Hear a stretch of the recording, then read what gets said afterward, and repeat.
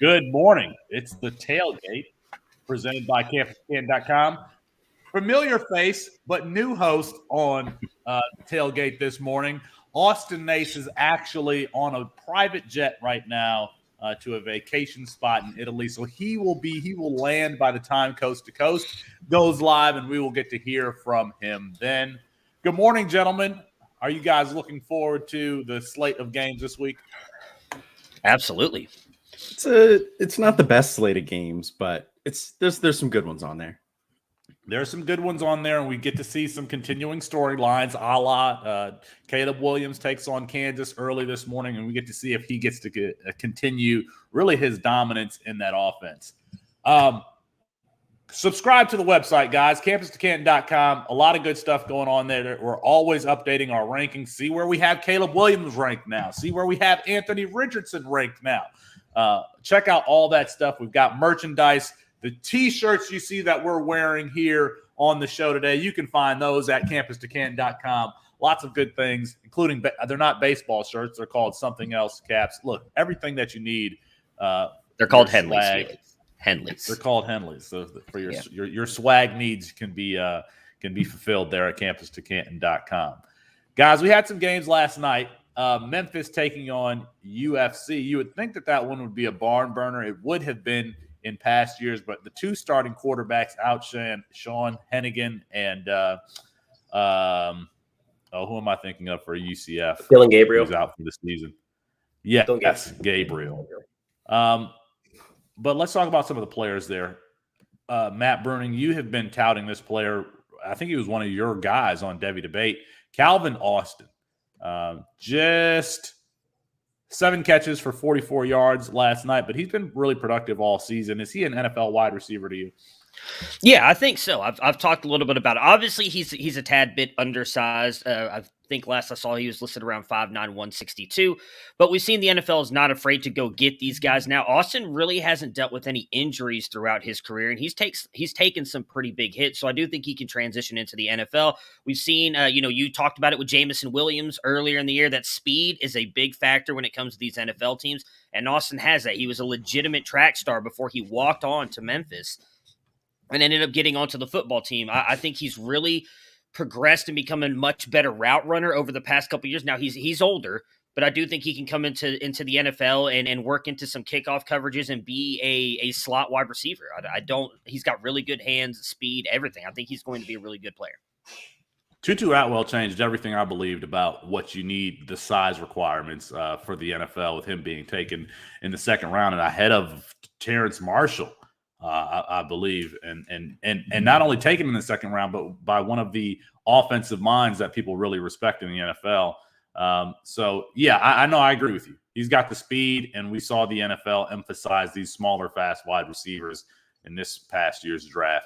Colin or Chris Moxley, any thoughts on Chris Moxley? Are you wearing pearls just so that you can clutch your pearls when someone has a hot take today?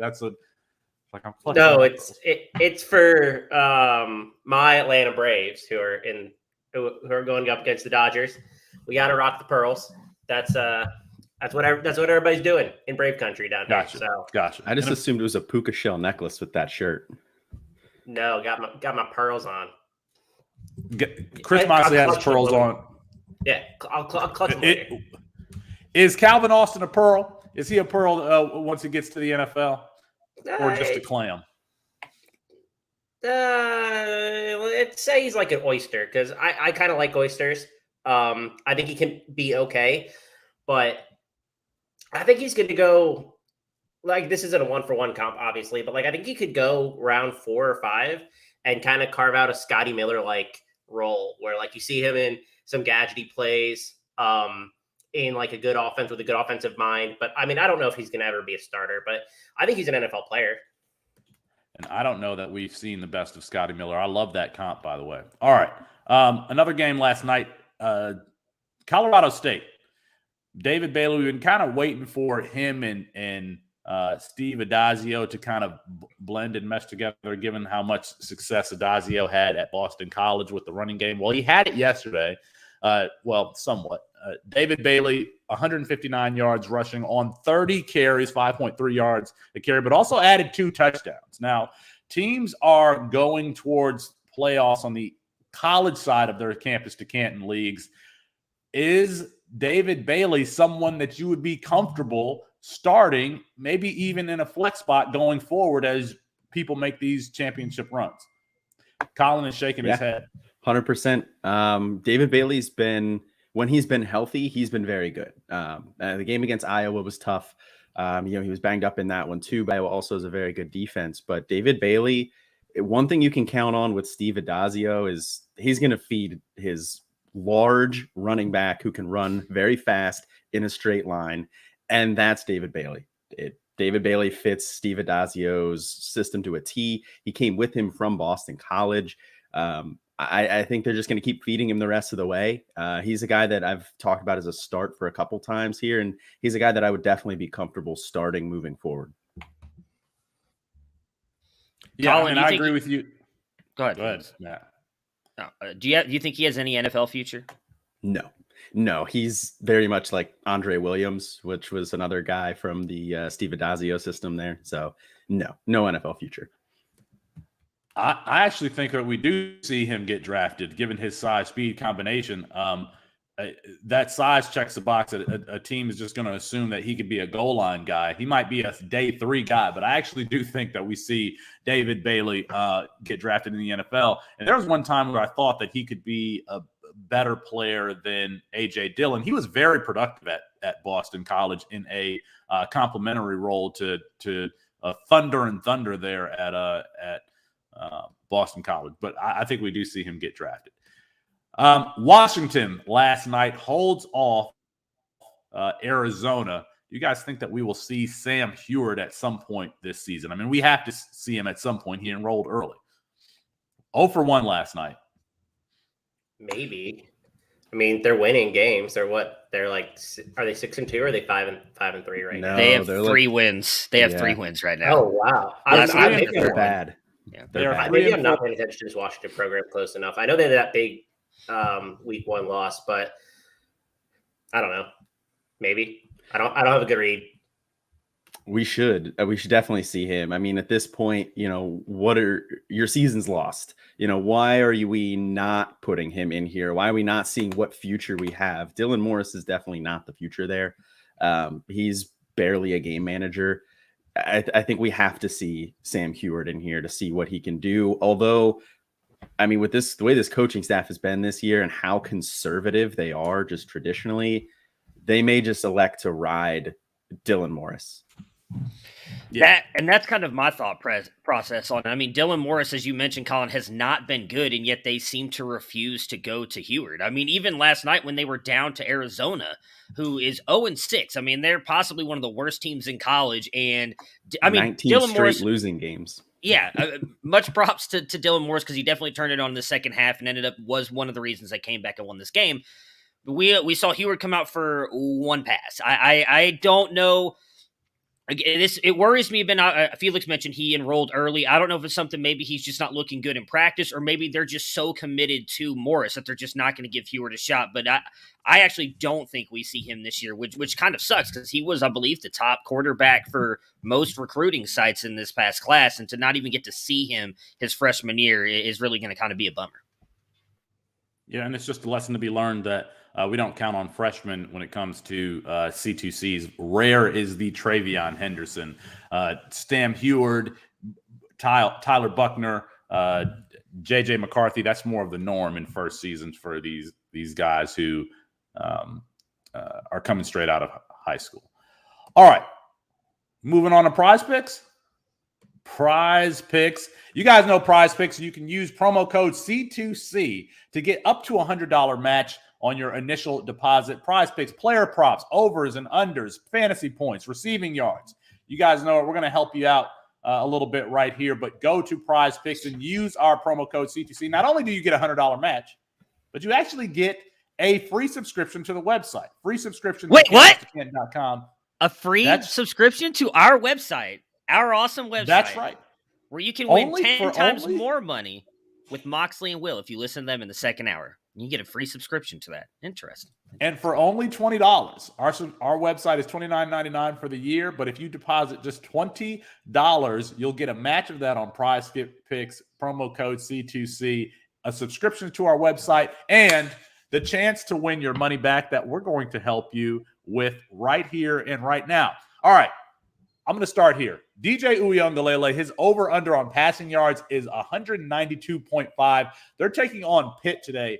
Pitt is a very good team. They have a chance to win the ACC championship. Clemson is one of the slowest offenses in the country. They're running just 64 plays a game. That's 114th. I think that place is going to be rocking. They haven't been good. So give me the under on DJU on 192.5 yards in this game. And I feel pretty confident. I feel pretty swaggy about that pick. But of course, he could someone could break a long one and he go over. Another one I want to take. This is an interesting one. Skylar Thompson, who is normally running the ball all over the place. He's got a line of 19.5 fantasy points. He hasn't been running as much as he has in seasons past, but he has been injured. He had 2 passing touchdowns last week. I'm looking for him to do a little more rushing this week against a Texas Tech team that is 74th in total defense. They're giving up 386 yards per game. I like the rushing upside with Skylar Thompson. He could run one in. He could throw one in, dump one off to Deuce Vaughn, the number 1 running back in the country, according to PFF. And I feel like that's a really safe one, and we might get a bit of a shootout. I want to see Skylar Thompson bring back that running game, and he could get over that 19.5 fantasy points. So I'm taking Skylar Thompson. Chris, what do you got? Or you guys can let me know what you think on those picks, or Chris, you can jump into yours. I also have Skylar Thompson, but first I'm going to cover Jordan Travis.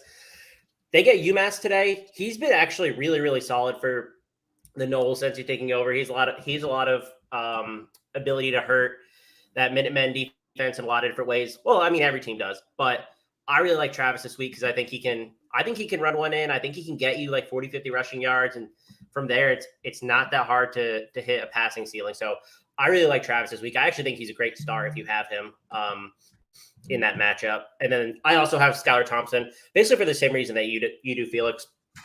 I think he's going to have a big game today. I have at 212.5 passing yards. And so the total in that game is 61. I actually think it's too low. Both these teams are kind of slow, so I'm not like actually betting it, but they're going to put up points, Texas Tech, and Kansas State is going to have to be in comeback mode at some point. And so I think Skylar Thompson has a big game this week. I really like him. We're on the same page there. There we go. Who's next up here? Me. I've got next. So Keaton Slovis. I'm sticking with the Felix Sharp specials here again this week. And Keaton Slovis getting negative 4.5 rushing yards. Again, we talked about this last week. With sacks, that does count against their rushing yards, and Notre Dame is one of the top 30 teams in getting sacks. I actually think this could be a more defensive game. I don't know that Keaton Slovis is going to play very well against this Notre Dame defense, and there are a lot of rumors that we will actually see Jackson Dart today, and if that happens, I think that might be the end here for Keaton Slovis. So I don't think he really gets a chance to go over that. He doesn't really have many games with negative rushing yards. It's actually only 2 on the season. So this may be a little bit of a swing for the fences kind of prize pick here. But I think if he gets sacked once or twice, he's going to meet this just like our boy Carson Strong did last week with his like negative 8.5, and he got like negative 13 yards rushing. The negative rushing yards, sneaky good bets on the negative rushing yards bets. And Jackson Dart recovering from a meniscus injury. I've actually suffered that injury. So, he should be good to go. We see a lot of players recover from that injury, specifically if they take the meniscus out.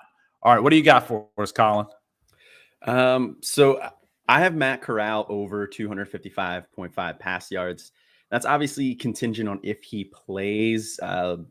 Lane Kiffin's been kind of dodgy this week, saying if he plays, we hope he plays. It's hard to know exactly if he will. I think at this point he's going to. I think it's just kind of some gamesmanship here. And if he does, I think that's a pretty easy over. LSU's pass defense, they just gave up over 300 yards passing to the combination of Anthony Richardson and Emory Jones. Their pass defense is very, very average. They're banged up all across that defense. And Matt Corral, we've seen him throw for 400 yards sometimes. 300 is kind of what you're expecting. So I think he crushes 250.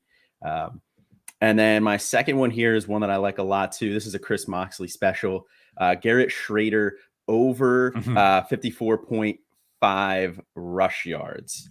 So I went with the rush yards prop there, Matt. Apologize about that. But yeah, he went 2 weeks ago, rushed for over 178. He rushed for 178 yards against Wake Forest, 137 yards against Florida State the week before that. Only 6 yards last week against Clemson, but that's a very good defense. Virginia Tech's defense, just very average. They give up 193 rush yards per game. I think, Garrett Schrader can get his and Sean Tucker can both get his.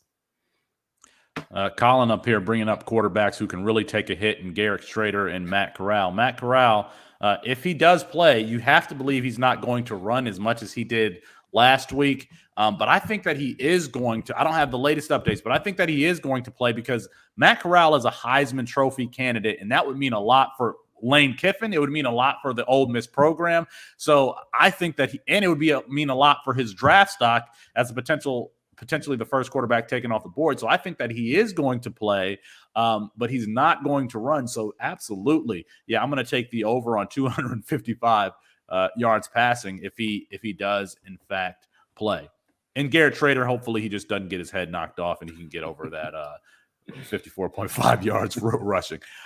Former Mississippi State wide receiver Garrett Schrader. All right, let's move on to the running back plays here. I'm taking Zach Charbonnet against Oregon today, under on 18 fantasy points a game. Now, I think this is a bit of a trap because you think Oregon, you think Kayvon Thibodeau, you think Justin Flo, who's actually out for the year. They have the number 57 rush defense in the country, but in both Oregon and UCLA are running for over 200 yards a game. I think that this is going to be somewhat of a low-scoring game, given that both teams are going to focus on and concentrate on stopping their running games. And so I think we see a low-scoring game in this one. And I don't see Zach Charbonnet, that's really putting up 2 touchdowns or at least getting 100 yards and a touchdown there. I'm going to take the under because I think that Oregon can, if they're focusing just on the running game, that they can limit what that backfield can do. So Chris Moxley, I'm taking the under on 18 fantasy points for Zach Charbonnet.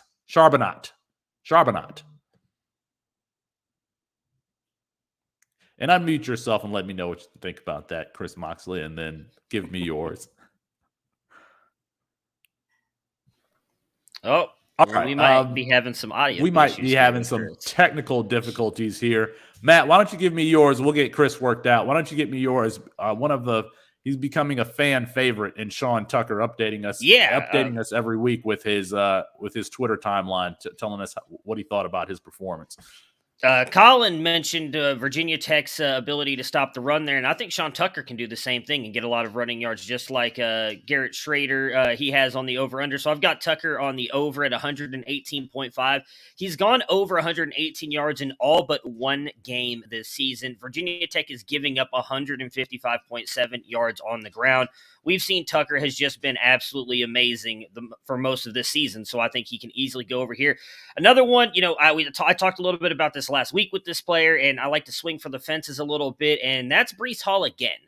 I talked a little bit about him going over 100 yards last week. He was going up against one of the top-ranked defenses, and he pretty much went over that in his very first run where he took it, I believe it was like 80 yards to the house. Today, he gets Oklahoma State, 109.5 rushing yards on the day. I'm taking the over. Now, Oklahoma State is only allowing 98.8 rushing yards a game, but Breece Hall has been on fire. He has gone over the 100 yards here in the last 4 games, over that mark specifically, the 109. Almost went for over 200 rushing yards last week. I think he is going to be the offense, and a lot of people are picking Iowa State to win this game. I think if they're going to do that, it's going to have to be on Breece Hall, not Brock Purdy. So I'm taking the over. I think he can get over 109 yards. Oklahoma State, Iowa State is might be the best matchup of the day today. That's going to be one that I'm going to be paying attention to, specifically to see. I want to see the receiving game for Oklahoma State. Brennan Presley, throw him the damn ball. Throw Brennan Presley the damn ball. Bixby, Oklahoma, stand up. All right. Chris Moxley, are you good now? Are you ready to join us? I'm good. There we go. All right. Give me Jerome Ford. Cincinnati, they need to make a playoff. They need to blow out opponents, and they need to run up the score on opponents. They need to do they need to make the college football playoff say no to them. And I think that starts with Jerome Ford just gashing Navy's defense today. They're middle of the road versus the run. I don't really care. Jerome Ford's been fantastic. Last week, he scored 4 touchdowns. I mean, he's unstoppable right now. That whole offense is just clicking on all cylinders. I love it. And then my next one is Jalen Warren under. I don't trust this Oklahoma State offense at all. 97.5 is a little bit high for me, even though he's the one who's toting the bulk of he's getting bulk carries, right? I just don't love it. I don't know if Oklahoma State is going to be able to do anything on offense. And Iowa State ranks 33rd in rushing success rate on defense. And so I don't see it for Warren this week. I think they're going to have to throw the ball, which I don't really like putting the game on Spencer Sanders, but I don't like Jalen Warren this week. I don't see his path to close to 100 yards. Jerome Ford could absolutely get, half of that yardage total in one run. I like that one there. I also like how we all said that we would do the tailgate with red cups, and instead everyone's drinking coffee. Hey, Mox. That's what you think it is. Can you read this? What's going on here? Colin, give us your championship picks for prize picks at the running back position this week. I have the over 89.5 for Blake Corum for rush yards. This is not the Northwestern defense that people are used to. They give up 208 rush yards per game. They're just not good this year. Blake Corum has been slowed down lately since that really hot start where he rattled off 3 straight 100-yard games. Only 68 yards against Rutgers, 46 against that very, very good Wisconsin rushing defense. He had 89 last week against Nebraska, or 2 weeks ago against Nebraska. I think he's just going to come out and smash this. I actually think Hassan Haskins is a nice play this week as well, like I talked on the Campus Life pod. I think they're both just going to gash Northwestern. And then I also have Tyrion Davis-Price over 89.5 rush yards as well. He's been on a tear lately. 2 weeks ago against Kentucky, puts up 147 yards, 2 touchdowns. Last week against Florida, 287 yards and 3 touchdowns. It seems like they're just kind of going to ride him now that Kayshon Boutte is out. They're making him the focal point of the offense. Don't necessarily know if I trust him season long, but Ole Miss is a bad rush defense. You can run on Ole Miss. And I think they're going to have to use that to try and they're going to use the rush game to try and keep Corral off the field as much as possible. They're going to have to try and slow this down a little bit. And Ole Miss, like I said, they're 20th worst rush defense. So I think this is a pretty easy over here. Yeah, why not go back to the well with Tyrion Davis-Price? I don't know that he's necessarily an NFL player, but the coaching staff should go back to him after how he performed against Florida last week. So that makes sense. And boy, oh boy, that Northwestern Michigan game is going to be a barn burner and fun to watch because Big Ten football outside of Ohio State is really exciting. All right, let's move on to the receiving plays here. Isaiah Williams. Now, his over-under on receiving yards is 44.5. I love me some twitchy wide receivers. But in the last 3 weeks, Isaiah Williams has had 4 catches for 21 yards, 3 catches for 24 yards, and 4 catches for 23 yards. He's only gone over 40 yards 4 times, and that was just the first 4 weeks of the season.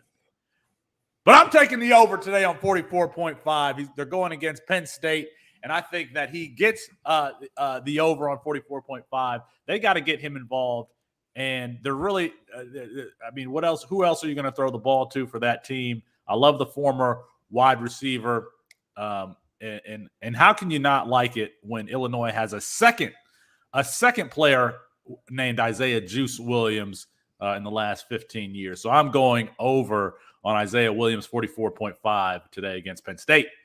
Chris Moxley, what do you got? So last week I did not like David Bell, and we saw how that turned out.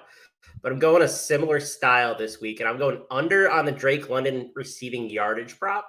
131.5 is a lot against this Notre Dame secondary. Considering we don't know who's going to be quarterbacking this week, assuming it's Slovis until I hear otherwise, but that's a really big number against a defense that's basically top 10 in every key statistic. I don't think you can sit him per se, but 131 is going to be tough to pull off, even though he has a massive target share. That number just scares me. And then the second one is Phillip Brooks, the slot receiver at Kansas State. He's their leading receiver in terms of target share. He's 22% target share. The same reason that I like Skylar Thompson earlier is the reason that I like Phillip Brooks. I think this game has potential to be a shootout. He's the key wide receiver here. 42.5 isn't bad, to be totally honest. I think that's kind of low. Texas Tech, so this is from Ryan McChrystal at Sharp Football. Texas Tech ranks 117th in the nation in yards per target allowed to slot receivers. Phillip Brooks, I think, eats today, and I think he has the potential. I think he has the potential to go over 100 yards, to be honest. I think this game is a big shootout, but give me 42.5 and lock it in. That's way too low for him. All right, so I've got Jamison Williams, Alabama, another Felix Sharp special here. 82.5 receiving yards. I think that, he literally can do that in just one play. They've got Tennessee, which I think could be actually a very decent matchup early on in this game. Bryce Young seems to just have a really good connection with Williams, so I think he can easily go over the 82.5. And then I'm going back to the well here again on Trey Turner. This game was not a shootout like I thought it was going to be last week, but Trey Turner went over his receiving yards. I think he goes over 65.5 here again today. He's done it almost every single week, and I do believe it should be a good game here against Syracuse. So I'm going back with Trey Turner on the over of his receiving yards, 65.5. Yeah, similarly, a guy who can do this all in one play. I got the over here on Treylon Burks, 89.5. Look, this is a slam dunk lock. Stake my reputation on this. If he goes under, I will be shocked. He has, outside of that game against Georgia, which Georgia's defense is, they stifle everybody. He has 4 straight games over 100 yards. He went over 100 yards against Texas A&M and Auburn, both pretty solid defenses there. And they get Arkansas Pine Bluff this week. I mean, they may not need him for very long, but again, one play and he could get this. I think this is a very, very easy one for me here. And honestly, I had a lot of difficulty with some of these wide receiver props this week. I think the lines are priced really, really well this week. But this one I think is an easy one. And then my next one I have Chris Autman-Bell over 0.5 receiving touchdowns. He was slowed at the beginning of the year here with an injury. He started slow, but the last 2 weeks he's gotten into the end zone. Last week, over 100 yards and a touchdown. Their running backs just keep going down. It's unfortunate. They're on their, third string running back here. They got another guy in the portal.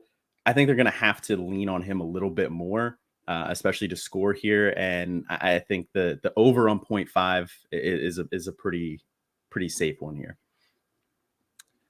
Chris Ottman-Bell, Daniel Jackson. I thought that they were going to have breakout seasons this year with no Tyler Johnson and no who's the Rashad Ravens Bateman? wide receiver. Rashad Bateman. Yes, no Rashad Bateman, but they really have. I mean, they really haven't. They haven't. But you got to think that PJ Fleck is going to get those wide receivers to produce at some point because he always does. I want to talk about that first player that you mentioned, Colin, Treylon Burks. Guys, is he the first wide receiver drafted? Is there anyone for 2022? And is there anyone in his class? We're talking about Garrett Wilson, Chris Olave. Would you take Treylon Burks as the number one or the field? I think I would take the field. Now, should Treylon Burks be the number one wide receiver off the board? Yes, I do believe he should. Definitely the most athletic. He just brings a different dimension to the game than any of these other wide receivers out here. But coming from Arkansas, it's a little bit of a stigma there. I don't know how the NFL's is necessarily going to value that. I think they're going to like these Ohio State duo here. If I had to put money on one wide receiver to be the first one off the board, it would be one of the Ohio State duo, probably Garrett Wilson. Yeah. But give me the field. Yeah, I mean, Matt, those are your guys. If you're giving me the field, I'll take the field because that opens it up to like 4 or 5 possible other wide receivers going over Burks. I do agree with Colin. I think Burks should be the one. I mean, he's got the highest upside. I mean, I love Garrett Wilson. Burks' upside is leaps and bounds over Garrett Wilson's. I think what might get Garrett Wilson drafted over him is that he's so sound technically as a wide receiver that maybe a team goes for him. But realistically, when you're talking about the top of the draft, most of those guys may be looking for upside. So I do think Burks could easily be the one to go. And I will add just one thing just to help Felix out here. I mean, Colin, if you're staking your reputation on Treylon Burks here to go over, maybe we need to have some kind of show bet that if he doesn't, you gotta sub out of campus life for a month and let Felix just kind of take over with Austin there. You know, since you're staking your reputation and all on it. I feel pretty good about that. I mean, we could really bet something else. I mean, we could bet whatever on it. I feel good about this one. There you go. I like how he's like, we could bet something else. Don't take my baby from me. I'll give you $1 million. Don't take campus life from me. I'll bet my car. This 2022 draft class reminds me specifically Burks and Wilson. It reminds me of when Calvin Ridley and DJ Moore came out. You have one guy who's kind of the raw athlete and one guy who, Garrett Wilson is a fine athlete, as a matter of fact, but he's more of the polished technician. And that was the same difference between Calvin Ridley and DJ Moore. So, but Treylon Burks is like DJ Moore plus 4 inches and bigger hands and everything else, but probably the same type of athlete. All right, let's move on here to how am I doing, by the way, subbing in for Austin? I think that I should host this show every Saturday. Let's move on here to no complaints here. That's just because Felix hasn't like thrown you under the bus 4 or 5 times so far. Not yet. Like Austin typically does. All right, I'm definitely nicer. Go ahead, let's move to start sits. Matt Bruning. Go ahead, I've got Jordan Travis. He's going up against Massachusetts here. They're the 102nd ranked defense. Travis should also give you some rushing yards to go with his passing yards. I think he is in for a good day. I've also got the aforementioned Chris Moxley special, David Bell. He went off last week, as we all thought. I think we were all actually probably in on that prop, but Moxley definitely took the heat for bringing it up. Wisconsin does have a top defense, but Bell has really got it going here the past couple games. I think he's got a big game ahead of him. I think he can go over 100 yards again here. And then last but not least, I have Austin's guy, Cameron Rising, QB at Utah. He thought he would be the starter last year, got hurt, has really kind of come in and rejuvenated this Utah offense. They ended up coming back and beating Arizona State last week. Oregon State has been playing good both on offense and defense, even though their defense, I believe, is rated down in the 90s. I expect this to be a good game. And again, much like Jordan Travis, Rising can give you some rushing production as well. I think he can be a top 20 QB finisher this week. So I am all in on starting Cameron Rising. Go ahead, Chris. Who do I have first? Brian, my boy Brian Koback, right? So I brought him up. Toledo, stand up. Toledo, stand up. I brought him up on this pod a bunch on our show a bunch of times, right? I love Brian Kobeck because I think he has the ability to be a weapon in the receiving game. And I think they're going to need him this week. I think that he's going to be the focal point of that offense against Western Michigan. And I don't think Toledo's going to score a lot, but I think everything they do is going through Kobeck. He had a couple down weeks in the middle of the season, but he's kind of back. He's scoring touchdowns. He's involved in the receiving game. He had like a 40-plus yard receiving touchdown 2 weeks ago. He's back to what I expected him to be. So I'm riding him this week, and he's been fantastic recently. My second start, and we've been talking about him all show, so I won't go further than I need to. But Skylar Thompson, plug him in. Every game he started this year and finished, so a complete game, he's been over 20 points. I think this has huge shootout potential. I'm trusting really the entirety of this Kansas State offense. I mean, there aren't a lot of players that you have rostered in CTC, right? You probably have Skylar Thompson. You probably have maybe have Phillip Brooks. I don't know. Obviously, you have Deuce Vaughn. You're playing all of them this week. I really like the whole offense. I would say you could start all your Kansas State players, but specifically Thompson, I think you can trust him. My third guy is Ronnie Rivers, who I actually think is going to be the number one running back of the week. Nevada's terrible against the run, like terrible, like bottom 3 in the country in terms of success rate.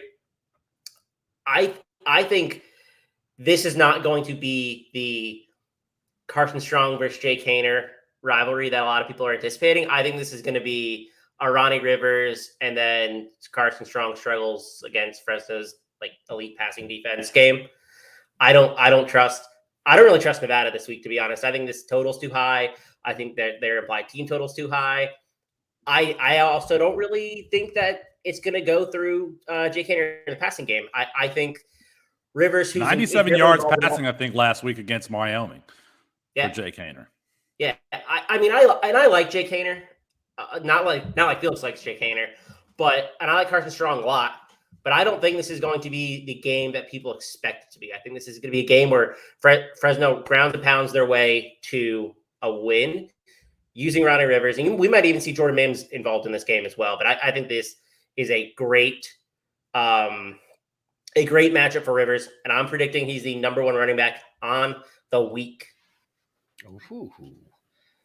Yeah, I don't think anybody likes Jake Haener as much as Felix, not even his own family. There's a lot of love there for Jake Haener. That game, Nevada-Fresno State, unless Nevada's defense Fresno State's defense limits Nevada, like you just said, Chris Moxley, it could be the most fun game of the week. I think it is going to be a bit of a shootout. I'm hoping that we see, some sort of 41-45 type game, but you don't see it that way?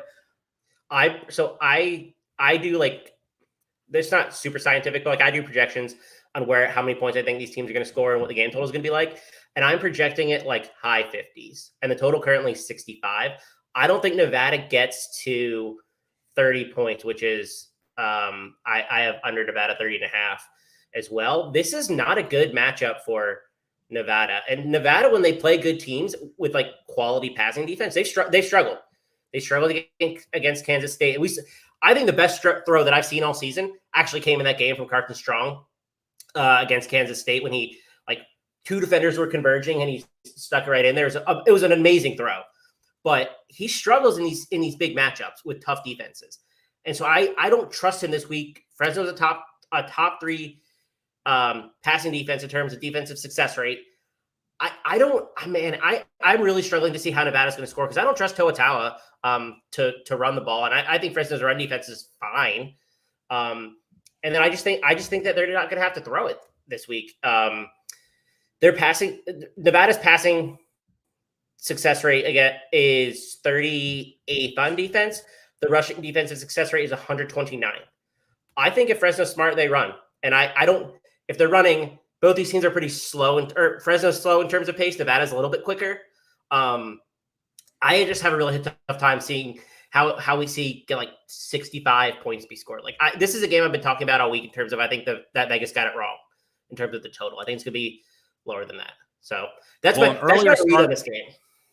An earlier start on the West Coast for that one. It starts 4 p.m. PST, 7 p.m. EST, the correct time zone. But that's one of my favorite games, absolutely, of the week. A team that's hitting its stride overall and could push for the playoffs is Ohio State. No Ohio State. My mystery pick, graphics-wise, and you can see there at the bottom, that's because I didn't give Matthew my picks before this morning. And so my picks are the mystery picks, and I'm taking CJ Stroud.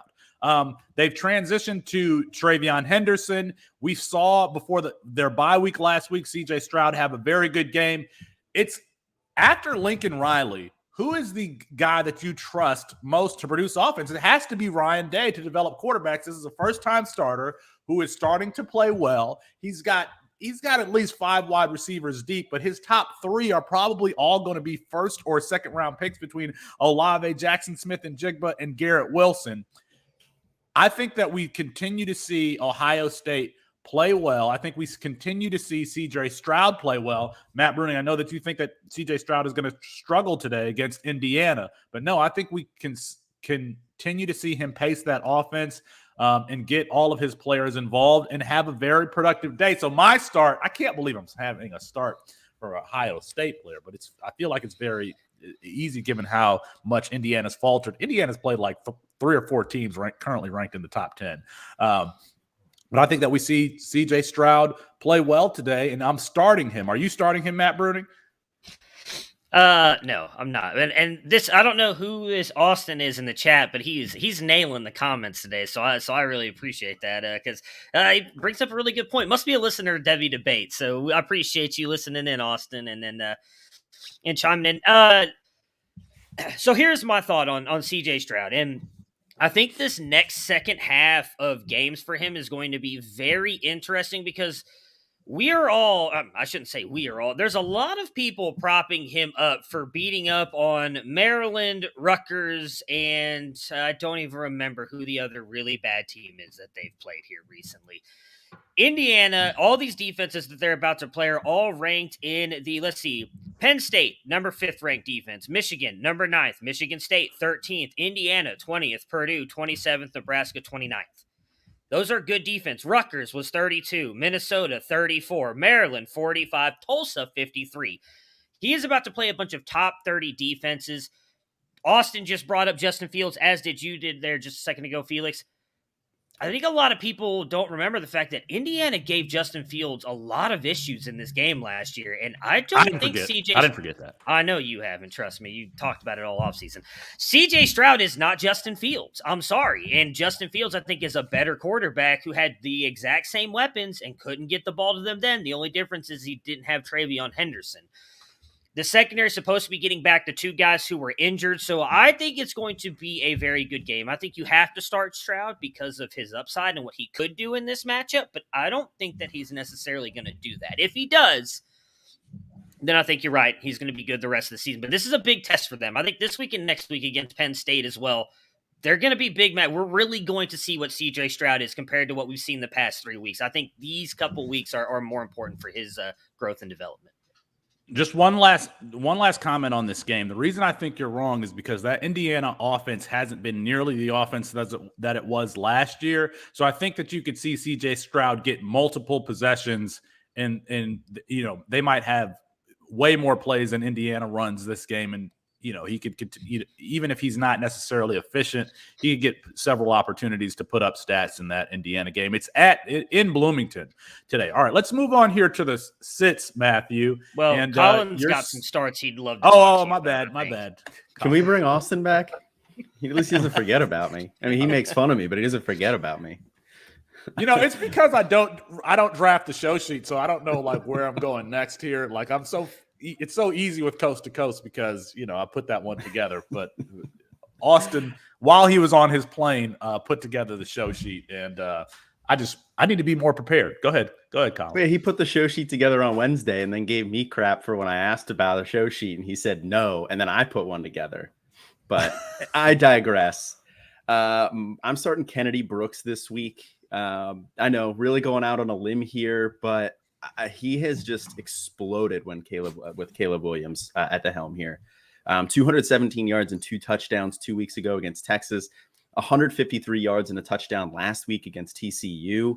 I think that they're transitioning more to a running team. They're going to lean a little bit more on Kennedy Brooks. And Kansas's run defense here is awful. They're the third worst run defense. They give up 250 rush yards a game. I mean, start Kennedy Brooks now, but you can start him moving forward as well. That was more the reason I wanted to bring him up here. I think he's a safe option every single week moving forward after starting the season kind of slow. Next start here is Marquez Cooper, running back for Kent State. Look, this one's easy. Start your running backs against Ohio. Ohio has the fourth worst rush defense. They're terrible, 228 rush yards a game.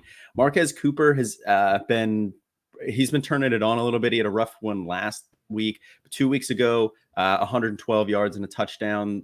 2 weeks before that, 120 yards and 2 touchdowns. This Kent State team isn't one that's throwing the ball as much as they had been last year with Dustin Crum. So I like Marquez Cooper this week. And then my last one here is Jashawn Corbin. Jashawn Corbin he's slowed down here a little bit after rattling off 300-yard games in the first 4. But I think he has a get-right game here against UMass. UMass's defense is also terrible, kind of a theme.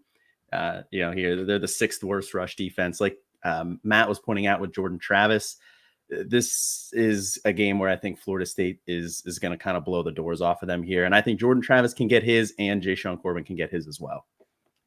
Jashawn Corbin, one of those sneaky risers in the 2022 class. He has an all-purpose skill set. He can return kicks in and catch the ball, and he has ideal size. I can see him going late day 2, probably not late day 2. I think I can see him going early day 3 and really being a value in dynasty leagues. Our starts: Jordan Travis, David Bell, Cameron Rising, Bryant Koback, Skylar Thompson, Ronnie Rivers, C.J. Stroud, Kennedy Brooks, Marquez Cooper, and Jashawn Corbin. Matt, why don't you start us off with the sits? All right, so I'm sitting Clayton Tune today, quarterback for Houston. ECU hasn't had that bad a defense. They're number 35 in yards per game, 68 in points per play on some of these betting sites that I've been looking at. I think Clayton Tune might struggle a little bit. He hasn't really had a good season to begin with.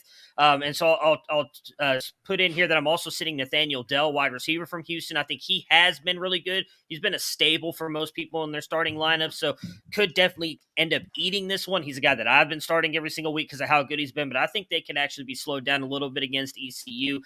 And then I've been going up against somebody every single week. I've beaten Moxley twice. I feel like me and Moxley got the win against Austin. I know we said we're taking the under on 16 points, and Braylon Allen got 16.8, but he finishes like running back 52 on the week. So that's a win, I think, for Moxley and myself. I'm going against Colin this week and Jashawn Corbin. I agree.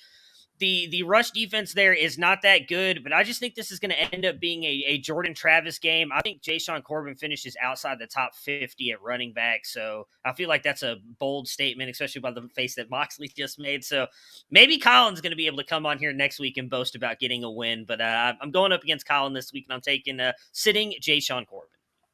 You're coming at me with Clayton Tune, too. He was one of my starts on Campus Life this week. ECU has the 6th worst pass defense in terms of yards per game. You have 297 yards per game. I like Tune. It's only 297. It's only 297. Why can't they get 300? See, they're decent. Shout out to Kyle Francis, who told me in the offseason that Nathaniel Dell was the wide receiver to watch there in Houston after Marquez Stevenson left. And that's actually really worked well for me. One of those late picks that's really, really worked well. Chris Moxley, only 16 points. It was only 16 points, Austin. 16.8 to be exact.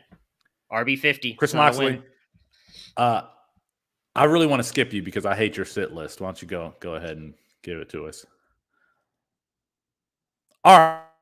Chris Moxley continuing to mute himself. I'm terrible at the mic this morning. Sorry. Carson Strong, Fresno's top 3 pass defense. I've already talked about how I think this game is going to go over. I think Nevada's going to struggle to score points, to be honest. I don't like the Wolfpack offense this week. I won't talk more than I have to about that. The second one is a guy that a lot of people might say, who? Nick Mardner, the 6'6" receiver out of Hawaii. He started the season with like 4 straight 90-plus games. And then they played Fresno, an elite passing defense, and then they played Nevada, who's like pretty good against the pass. I think he gets back where he was. Siobhan Cordero is back this week. I really like Nick Martin. I think he's a guy that with bye weeks and everything, you could plug in and get some production. He was top 10 in the country before the last 2 weeks in terms of receiving, still over 500 yards in a pretty anemic passing game. I like Nick Martin this week. And if you need somebody to add late, he's probably on a lot of waiver wires for the wrong reasons. He's been pretty good. And then the final one is the entirety of the Air Force San Diego State game. This total is currently 38.5. San Diego State's offense is terrible, but their defense is really good. These teams are built to stop each other. They both have very good rushing defenses, and they're basically both triple option teams. Even though San Diego State isn't a triple option team, they're basically a triple option team. They just run all the time. I think this game is going to be gross. I'm not starting Greg Bell. I'm not starting anybody else if you have them for San Diego State. My guy, Brad Roberts, who I've been hyping up forever. I'm sitting him this week. He's been actually fantastic this year, but I don't trust him against the San Diego State defense. Just avoid this whole game. It's interesting that you included a service academy on your list of sits because I have a service academy for my mystery sit pick, and that's Wake Forest Army.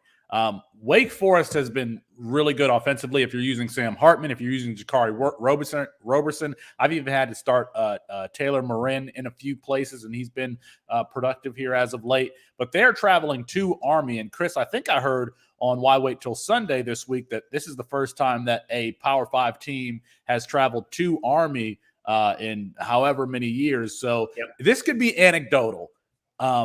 But it feels like teams are much more respectful when they play the service academy and aren't necessarily going to, if they have a lead, run up the score in the fourth quarter. Sam Hartman has been very good.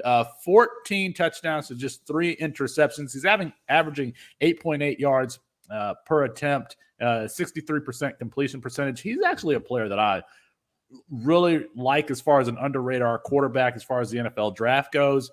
But I think that at least Roberson and Hartman may have been carrying you somewhat, especially if you're in a 50-team league. And I don't see it being an explosive offensive game today. So I am sitting the Roberson and Hartman, if you can, against Army today. All right, close it out with the sits for us, Colin. My first one here got Sir Roderick Thompson. Last week, Texas Tech had 4 rushing touchdowns. He had none. Probably more of an aberration, but they've been kind of spreading the ball out there. Henry Columbia had a rushing touchdown too, so they use him a little bit on the ground. Kansas State is a 22nd best run defense here too as well. So I'm not comfortable starting Sir Roderick Thompson this week. I'm also sitting the Tennessee running backs, Tyon Evans, Jabari Small. They've had some good weeks here, especially when one of them has been out. The other one has really taken over the game.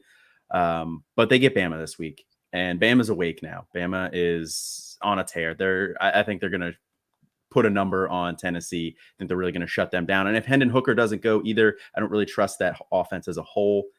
And then my last one here, South Carolina running backs. Look, I said it on Campus Life. I'm done starting any of these guys. I hate this whole backfield. I hate it. Zaquandre Wright led the team last week in carries with 12, but then Harris had 6, Lloyd had 6. Juju McDowell is trending towards playing, I believe. Chris, you can correct me if I'm wrong. I've heard that. Yeah, I haven't heard he's not playing. Yeah, so they get another guy back in the mix. I'm out on all of them. The players that we are out on this week: Clayton Tune, Jayshon Corbin, Nathaniel Dell, Carson Strong, Chris Moxley, Nick Martyr, the entire Air Force San Diego State game, the entire Wake Forest Army game, Sam Hartman and Jakari Roberson there, Sir Roderick Thompson, the Tennessee running backs, and the South Carolina running backs. All right, boys, you guys ready to go into picks? We ready for that? Do it. Let's do it. Let's do it. Let's get some energy here. The first one of our first games here. Oklahoma State, Iowa State, the 3 p.m. kickoff. This is a game that I'm really looking forward to. I'm waiting for that Oklahoma State offense to kind of explode. We haven't really seen it yet. Get the ball to Brennan Presley. Matt Bruning, who are you going with in this one? Well, you're going first, and I believe you're taking Iowa State, so that way I am also taking Iowa State. I mentioned it earlier with Brees Hall. I think that they're really going to rely on him. Oklahoma State, I think, has been a little bit overrated. They're as highly ranked as they are because they are undefeated, but they have not really looked like a good team. I think Brees Hall is going to be able to get over on them today, and they're going to end up winning the game. I'm also I think we undersell the home field advantage in college football. This one is at Iowa State, and for that reason, that's why I'm taking Iowa State. Yeah, I have Iowa State as well. I don't think Oklahoma State's going to score. I don't think they have a good offense. I think their offense is actually awful, like truly terrible. They were down 24-3 last week, had a pick six, got fairly lucky. They've been really lucky on defense, Oklahoma State. How crazy is this? So Oklahoma State is ranked 8th. Iowa State is unranked, and they're 7-point favorite. That kind of speaks to what I expect today. I expect the Cyclones to win. Yeah, I'm with everybody else here. I'm on Iowa State. I don't think Oklahoma State is that good. Like Moxley said, they've been getting kind of lucky. They have 2 ranked wins back to back here, but I don't really think Baylor is all that good when they beat them. And we've seen Texas play very up and down all year. Give me the favorite Iowa State at home. All right, we are sweep there for Iowa State. Another game that they have to be looking forward to in that region, Clemson at Pitt. Now, Clemson still has some prestige associated with the program. Pitt, a team that, again, could win that conference. I think that place is going to be rocking. In the Discord, they've already mentioned that they're going to be tailgating at that game. Matt Bruning, I'm taking Pitt to win this one. Who do you got? I'm actually with you, which is starting to concern me with some of my picks. I am taking Pitt as well. I mean, I know that Clemson's offense has not been playing good, but their defense has been really good. But Pitt's offense has been really good this season after the first. I think Kenny Pickett really struggled in game 1, I think. And then since then, he's been really good. Jordan Addison. I don't think it's going to be a high-scoring game, but I do think Pitt ends up coming away with the win here to get the W and possibly win the ACC. I'm going Clemson, and I hate doing it. I just can't think that DJU is going to be this bad for this long. Like, we know he has the talent. And a lot of it's just confidence right now. He's just lacking confidence, and this is a great get-right spot in a big ACC matchup. I think that they can pull it out today. I don't trust the Pitt defense, even though they were really good last week. I don't think it's that good. I think all Clemson needs is to put a little bit together because we know that their defense can shut down this offense. I like the Tigers this week only. I don't actually like them. They're one of my least favorite teams in college football. But I like them this week. Look, this is a classic Pitt letdown moment here. They're ranked. They're 5-1. They're favorited. 3.5-point favorites against Clemson here. Look, this is a classic Nard Dog letdown game. They're 3.5-point favorites. They are not good as favorites. Everybody's kind of, on them. They're trendy right now. Clemson, everybody's off Clemson. Give me Clemson. Go Pitt. Austin has used his analytics, and he is taking Pitt there, and Austin is also taking Oklahoma State. Let me back up here a little bit. Brandon Hay also taking Iowa State in that first game. Brandon taking Pitt in this one for the sake of transparency. Let's move on here to LSU Ole Miss, and I really hope we get to see Matt Corral play in this one. I am taking Ole Miss. Ole Miss in the Ole Miss. Matt, who you got? Yeah, I'm assuming that Matt Corral is going to play. He kind of made it seem like play, so I think if he doesn't, that's just Lane holding him out. And I don't think Lane Kiffin's going to do that. I agree with what you said, Felix, about the Heisman, what that could mean for Lane Kiffin and Ole Miss. So I'm taking them to beat LSU. Yeah, they're just a better team in pretty much every way. LSU's win was shocking to me last week because I thought they'd just quit on the entire program. They're not getting lucky 2 weeks in a row. Give me Ole Miss. Yeah, I'll echo everybody else's sentiment here too. I think if Matt Corral doesn't go, this game is going to be a lot closer. But if Matt Corral goes, I think they're just going to beat up on LSU. Ole Miss has a lot to play for. They're playing for Lane Kiffin. Could he potentially go somewhere else? Matt Corral, could he potentially be the number one pick in the draft? Could be a Heisman Trophy winner. That's going to be a lot for recruiting for that program, a lot for Lane Kiffin. I think that Matt Corral plays and that Ole Miss gets the win. They've got a lot riding on the rest of their season. Again, one of the more underrated games on the slate today, Nevada versus Fresno State, two underrated quarterback prospects. But I got to go with Fresno State. I think that they're the more complete team. So Austin and Brandon also took Ole Miss again, just for transparency. I'm taking Carson Strong in Nevada. I know Fresno State has everything that Moxley mentioned earlier with the defense and everything, but if Carson Strong really wants to be that first round pick, he's going to have to go out there and prove that he can win a game like this. And then I'm all in on him, Dubs and Turner finding a way to beat Jake Haener and the Fighting Bulldogs. Man, I'm on Fresno State this week. For everything I've said, pretty much the whole thing, I don't think Carson Strong's going to in for a big game, and I think that we're going to see Fresno State kind of control the clock a little bit with the running game, and I just limit the opportunities that Nevada has on offense. So I think they're going to win. I think they're going to cover. They're 2.5-point favorites. So give me the Bulldogs. Yeah, give me the Bulldogs too. I think they're a better team. And one thing that everybody's underrating right now, they get the whole Kevin Coleman magic. Kevin Coleman said he's going to be at this game here. And how do they not get up and play for him? You know what I mean? Everybody wants to. Give me the Bulldogs. Kevin Coleman, one of the angriest dudes on Twitter. Let's move on here to USC Notre Dame, the rivalry. Listen, I think the question here is, can USC bring that offense from California to South Bend? And I think that they can. So I am going with USC to get the win here against the ranked Notre Dame team. So I think this is going to be a very good game. What swung it for me was the fact that there's talks that Jackson Dart is possibly going to play in this game. We saw how explosive that USC offense was when he was at quarterback.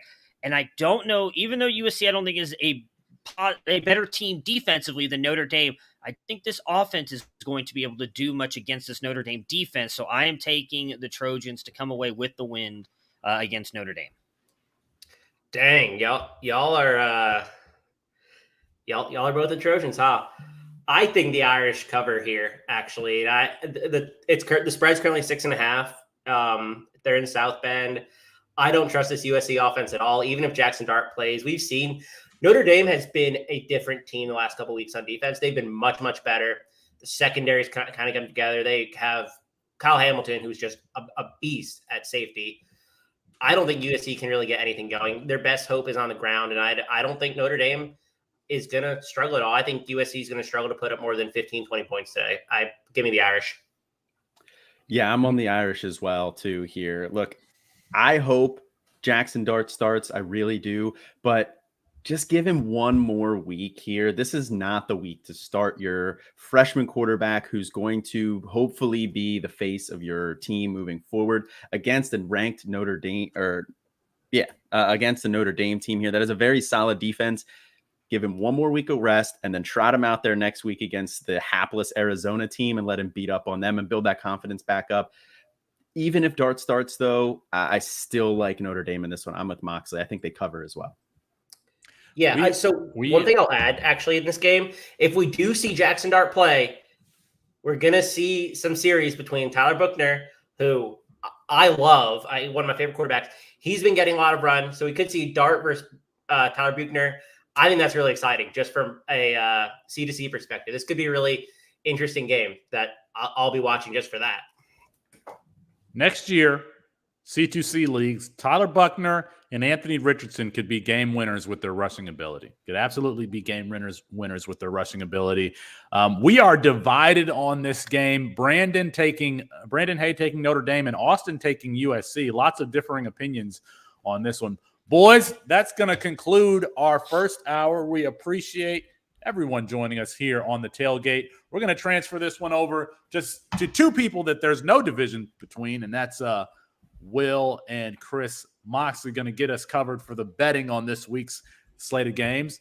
And until then, the rest of us, Matt, Colin, and myself, Austin, we will all see you guys next week. So I'm going to turn it over to you, Chris Moxley. Go Cool. Buckeyes. Felix, what's going on, man? How you doing, dude? What's up, Will? What's going on? I'm getting ready to listen in and figure out how I can make some money this week, man. I need you to make me some money. Listen, get your pen and pad, man. Take some good notes. My man Mox over here is gonna give you some unders, of course. I'm gonna give you some overs and some good lines here, man. So it's definitely. I'm ready to learn. I'm gonna be like a sponge. I'm soaking it in. Mox was good, man. You know how it is. Just getting the last sort of leverage that we can. Figure out what's changing. If we're having any big money come in, keeping an eye on those lines. But let's start actually with some injury updates for the crew. So a couple big ones for a few different games. It sounds like Mike Woods is not going to play for Oklahoma. Mario Williams is already ruled out with a hamstring. So that's two potential wide receivers that has a big impact on the DFS slate. It makes me more confident to play Jadon Hazelwood. It makes me more confident to play Marvin Mims. I don't think it really changes the outlook for Caleb Williams at all. I still really like him, but it does put more interest into Hazelwood for me. Yeah, actually, in my opinion, it actually elevates Caleb Williams because you're gonna have to probably do a little bit more on the ground, which he already does. Last game he had 99 yards, but it wouldn't be out of the realm to go ahead and for him to eclipse over, like, let's say 120, 130 yards on the ground, just because of the limited options that he's gonna have out there in the receiver position. So I love Caleb Williams a lot. Another quarterback that I'm looking at is Ritter as well for Cincinnati. What are your thoughts on that? I think it's going to be a Jerome Ford game, but I mean he's a great quarterback. Navy's just been good against quarterbacks, so I wish he was cheaper is my only thing, right? If we could get him under 8,900, I'd be a little bit more interested. Yeah. But a guy that's kind of similar in terms of play style, Dorian Thompson-Robinson's a guy who I've really kind of DTR. Yep. Yeah, DTR, who I've moved towards this week. He's just been really solid. He's going over 20 in each game. I think you have a high floor, and I don't really think the Oregon defense is much to be like super afraid of. We've seen teams put up points against them. A bad Cal offense almost beat them. We saw Stanford score, take them to overtime and win. So I like DTR, and at 8,100, I think you're getting a pretty good value there. And then my other value, actually a few value quarterbacks I really like that I want to throw out. So it sounds like Sean Clifford is going to play today. He was warming up. And so if I can get him at 6,900 against an Illinois defense that I don't think is very good, I like that. I also like Skylar Thompson. If you're listening to the first hour, it was a Skylar Thompson love fest. I think he's going to smash this week. And then you and I spoke about this game a lot. I've talked about this game in a couple different ways. I like Jason Bean for Kansas, man. I think he's only 5K. Let me make sure I'm not lying. 5,200. Yeah. So, you know what? After looking at it, I actually do agree with you on that. Just for the simple fact, like, I really honestly think that this game is going to be over by halftime. And I think just for the simple fact, when you look at certain things have to make sense, right? So if you're looking on the board, Rattler is up there, and he's actually pretty expensive for Oklahoma. So it may be a case that depending on how that game goes, it may pull Williams out, towards the end of the game and put Rattler in. What are your thoughts on that? Do you see that happening? Do you think Rattler would come in? I mean, so right now he's the fourth highest quarterback listed at 9,300, right? He's listed at 9,300. It could go a couple of ways, right? I think that if he is called upon, he should go in just not even for Oklahoma's sake, but just for his own sake. Like, hey, guys, like, here I'm showcasing for other teams, and try to get into that transfer portal. Again, I joked about this last week, but it was a little bit, it was a little bit real as well. I wouldn't have came out of the locker room after halftime. I mean, after the performance that Caleb Williams up, I would have put on my clothes and just would have headed home if I was Rattler, but we'll see. But the Kansas play, I do like it. I think, like you said, that backdoor cover, I'm afraid of that. And then also they just may have to abandon the run very, very early in the game. I mean, very, very early. I'm talking about second quarter early, and just have no choice but to throw the ball around. So that could be a good play, especially at his value. Yeah, I think that's an interesting thought process. But I always default to the idea that if it's going to be a blowout, the good players got you there. And so I think that the points get you there. I think Caleb Williams can be pulled in the third too. Like, I don't think that's crazy, but I think he puts up enough points where it doesn't end up mattering. I'm actually concerned about the backdoor cover in this game as well. So I am not touching the game total or the game total spread, which is, I think, still 38.5. Yeah, we talked about this game a little bit, how we're playing it. I like the first quarter here, I think it's currently 9.5. And I love playing these first quarter, first half spreads. I think there's a lot of value in these big totals like that.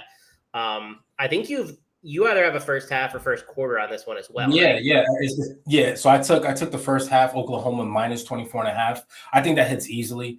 Again, I'm a little bit afraid of the backdoor cover as well, especially the hook. It being 38.5. I mean, I would hate for this game to end, Oklahoma winning by 38 points, right? I'll be so mad. I would prefer them not covering by like 6 or 7 points as opposed to the hook. I hate the hook sometimes, but this is going to be. I could see Caleb Williams' stat line being somewhere around 285, 295, another 3 to 4 touchdowns through the air. And then, like I said, definitely over 100 yards rushing and 1 or 2 touchdowns rushing as well. So the points are going to be there for Caleb Williams. And I think that's, even though he's the second highest quarterback listed for this slate, he's obviously the safest option. So sometimes you don't want to overthink things. You just want to go with the players that are going to get you those points. And Caleb Williams is going to get you those points. Yeah, no, I'm right there with you. I think that makes a lot of sense. And I think that's the way to bet this game, to be honest. I actually think we've talked about this, and it's not my idea. I heard it from Bud Elliott, and he's super sharp mind. But he made a good point that when Oklahoma's up 14, this is when you live bet it and you bet like the 50-point spread that's going to be, right? And because I think Oklahoma's defense is not a world-beating defense. Jason Bean kind of changes a little bit of the dynamic. He's a good rusher for Kansas. So I think Kansas could actually put up like 14 to 20 points today. So I also like the Kansas team total over 14. Absolute just like grossness. But I think that's an interesting way to play it. So I think that's a sneaky, I think books are gonna skyrocket it, right? And then you just hop right in and cruise to the. Oklahoma's not gonna cover by 50, right? There's no way.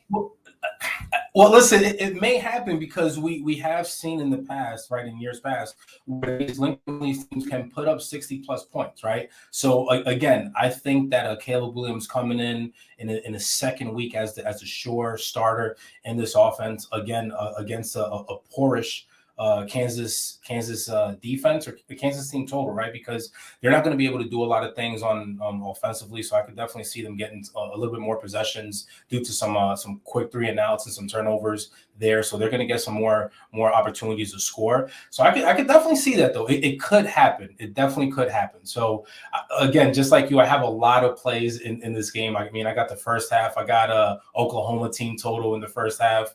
I got the spread, them covering the 38.5. Again, out of all the bets that I placed on Oklahoma, the only one that really concerns me, not even scares me, but concerns me a little bit, is going to be Oklahoma.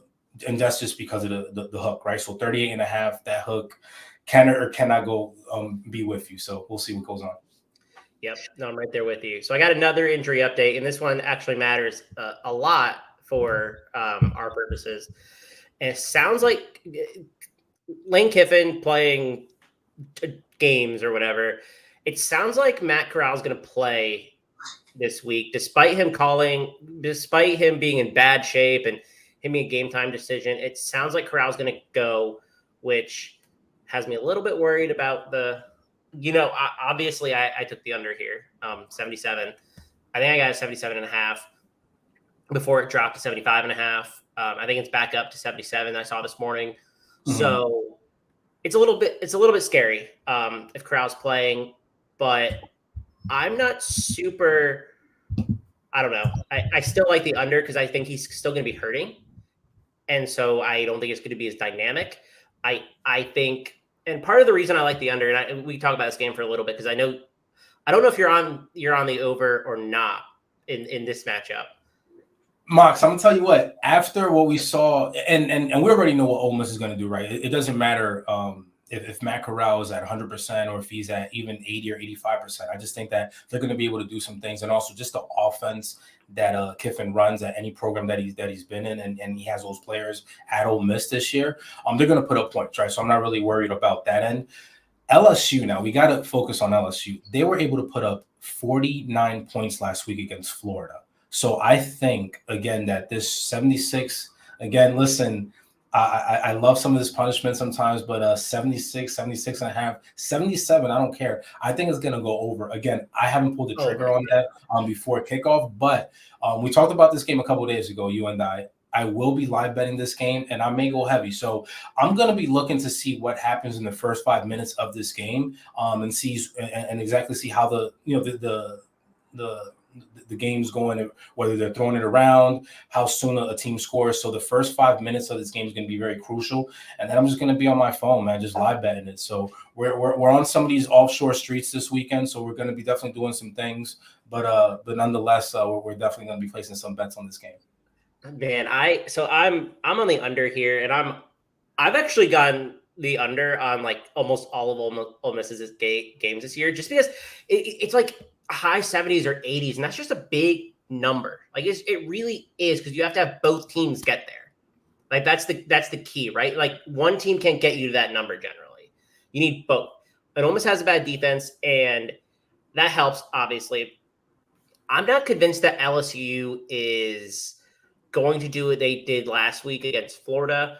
And I think that their game plan this week is going to be to run the ball.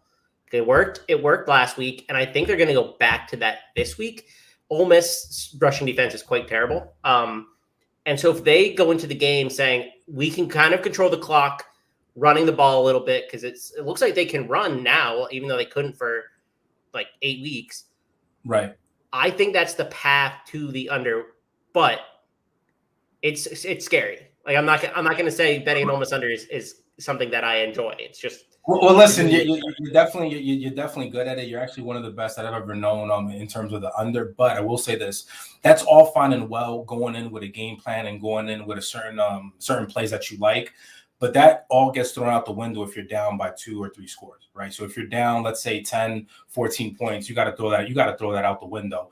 You no longer can rely on running the ball, because you're going to have to play from behind, right? So again, I think that Ole Miss is going to get the better end of this game right here. I think they're going to go up before LSU does. And like I said, you saw what LSU was able to do last week against Florida, and Florida was able to come back and throw up some points pretty quickly on LSU. So both defenses do give up a lot of points, so that's why I like the over. Again, I'm shying away because the last couple of weeks with the Ole Miss overs hasn't gone my way, so I'm staying away from it before kickoff. But this is definitely going to be a game where I'm going to be looking in within the first 5 to 8 minutes. Yeah, I don't hate it. I really don't. I will probably, man, I don't know what I'll do. I might just not watch this game, because I'm going to see like 40 points in the first half and just be like, just turn my TV off. So back to some of the DFS values we were talking about, right? We kind of covered how we think that Oklahoma game is going to play out. Another game that I think is interesting that not a lot of people are talking about is how it plays out with UCLA Oregon. So I mentioned Dorian Thompson-Robinson, and he's been really good, but I don't really trust anybody else in that game outside of Kazmir Allen. And so he's 3,300. And I didn't mention him. I've seen a couple people mention him, and he slipped my radar because he's listed as a running back, but he's actually a wide receiver. And so I didn't know who he was at first. So I was digging in, but he is the guy basically stepping in for Kyle Phillips. And so if Kyle Phillips isn't playing this week, he's 3,300, listed as a running back, but plays wide receiver. I think that's a really good way to get value in this game if you're stacking it with DTR. I don't think you have to stack it with DTR because we know he can run and do a bunch of stuff. And if you're stacking with Dulcich already, do you really want to play two different plays in this game? But if Kyle Phillips doesn't play, 3,300 is not a bad price for a guy that I think is going to probably be on the field and lead the team in routes run or at least be close to it among wide receivers. So he's a sneaky play that I honestly knew nothing about, and I've seen a couple people mention him on Twitter, and so he slipped my mind. But I want to bring him up because I do think that's a really interesting number. At 3,300, that's a great value. Again, I'm on the same boat as you. I haven't heard of him, but again, this is how you win some of these tournaments, right? With some of these unknown players, but that are at a very, very inexpensive, but are able to give you some of that value. So I'll be looking at him as well, because I wasn't going to touch anybody or even look at anybody besides DTR in this matchup. Again, more the same at the quarterback position, a player that could go ahead and not only pass the ball, but then also give you some points in the running game. So that's going to be a good play as well. At 3,300, I mean, you can't beat that. Yeah, I think that's really, really interesting play. Do you have a play in this game? Are you on UCLA? I think I remember us talk. I think I remember us talk about this, but I mean, my brain gets kind of fried by the time kickoff happens. So, do you like UCLA? I think I like them this week. So, yeah, them being a pick, I know that Oregon is ranked number 10 in the country, but I just don't see them as a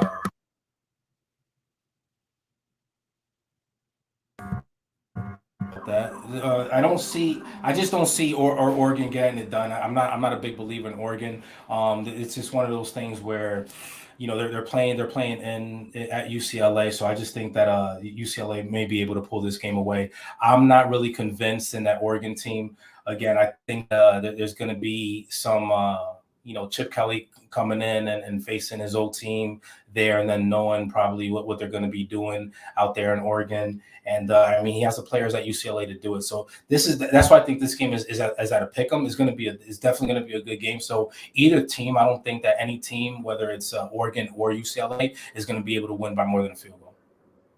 Yeah, I'm there with you. I think it's just an interesting game, to be totally honest. I think we're going to learn a lot about both these teams because they both had weird seasons up till now. One other guy that I'll bring up for DFS, and then we can kind of get into more of some more picks and betting advice. But I am totally avoiding I don't want to say totally avoiding, but I am really having a tough time coming up with an LSU wide receiver that I like this week in this matchup. I think this is a Tyrion Davis price week, and I brought it up earlier because I think that teams can run on Ole Miss, and I think that there's going to be a point in this game where some wide receiver is going to do something, but I don't think it's Dre Jenkins, who's 5,700. I don't love Jack Beck, and he's the highest price guy, but he is getting the lion's share of the targets. I think it's Brian Thomas.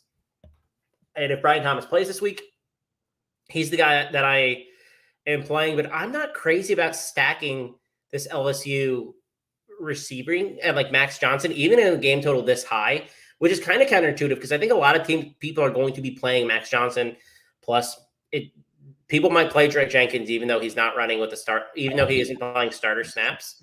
I have a hard time getting there with LSU, and I think that my play is going to be Matt Corral, Dontario Drummond, and then running it back with Tyrion Davis Price instead of the quarterback wide receiver stack, which I think is a little bit counterintuitive. But do you have a different read or player that you like on the LSU team? No, I'm actually on the same board with you. Again, I don't know how this game is gonna be played out, and I think that you're right. I think that LSU may want to go ahead and make this a running game just because they know what Ole Miss is able to do, and they're gonna want to control the game, right? And especially the pace of the game and not make this a high scoring game if they don't have to. But again, everything could be thrown out the window if Ole Miss goes up by 10 or 14 points. So I'm staying away from any value picks on the outside for LSU, and just going to stay with the usual suspects. But I think Matt Corral again at 85% is better than a lot of other options here on the slate.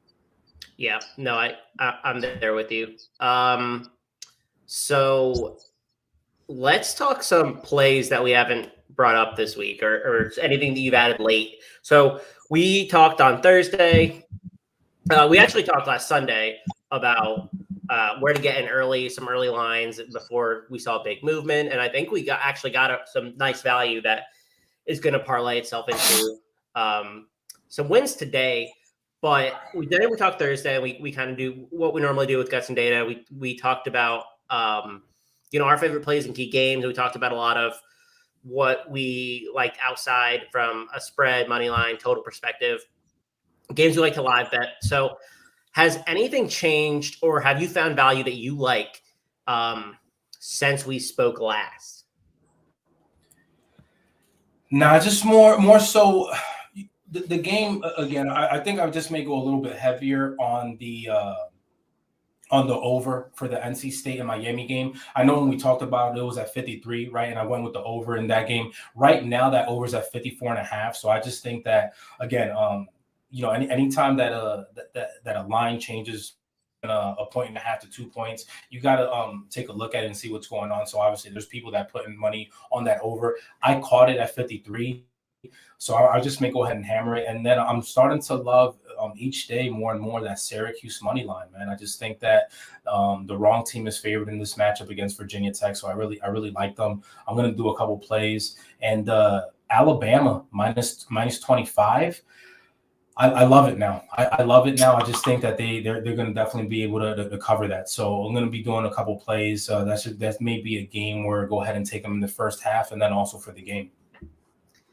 Yeah, I think that's pretty interesting. We got some movement this morning, which I think is also telling about how some people think games are going to be played out. So Clemson, it's Pitt 3.5 now. It was Pitt 3. It's got up half point this morning. Big money's probably coming in on Pitt. Clemson, it sounds like there's some COVID issues there. And I'm not sure exactly what the extent of it is, but Joe Nagata, their leading wide receiver, is out for sure with COVID. I think there may be more that we're going to be surprised by. So I had Clemson money line, and I was a fan of it because I think that they're the better team.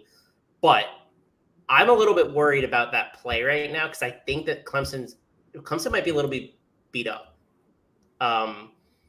And I think Pitt has a better shot than I initially gave them with all that the COVID news. I don't know what the COVID news is. Teams are really quiet about that generally, and so I don't know. Listen, I'm rolling with my guy Austin on this. I'm going with Pitt here.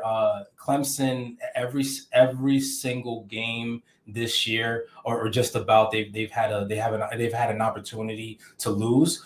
They should have lost last week. Against Syracuse. They did not, but I think that Pitt does get the best of them this week, and especially if they're coming in with some other issues, especially players being out because of COVID or some other reasons. So I'm all over Pitt. I like that. I think the line is set just right again. Let the hook be with you. So it's at minus 3.5. I may have to buy that down to -3 because I think that's going to be the safer play right there. The hook does scare me a little bit, but I can see Pitt going ahead and winning this out. So I may just even take them on the money line and just not have to. The odds will be a little bit less, but a win nonetheless is a win. So I like that.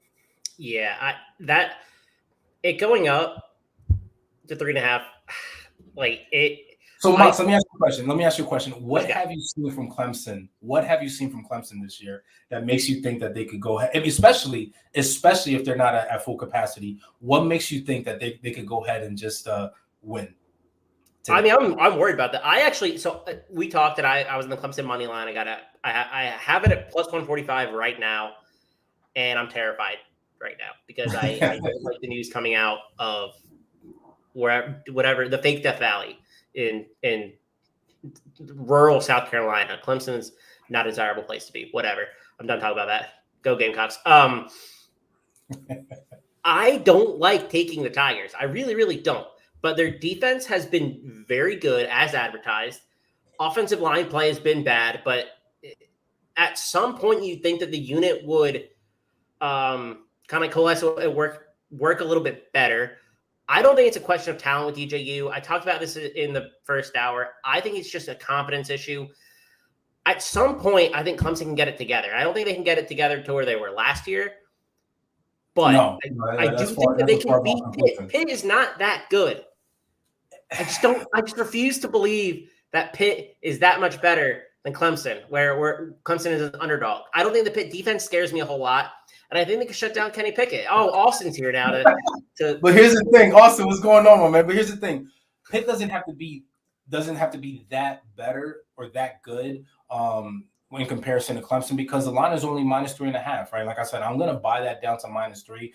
Winning by a field goal is not not far-fetched in this game. Again, you mentioned that at a certain point in time, the team is gonna have to come together and start to gel and play well. But I think also there's a certain point in time where your luck runs out. And I think that this is the weekend where where Clemson's luck runs out and Pitt is going to get the best of them. So I'm with you on that, Austin. Let me go ahead and sprinkle something on that right now before kickoff over here.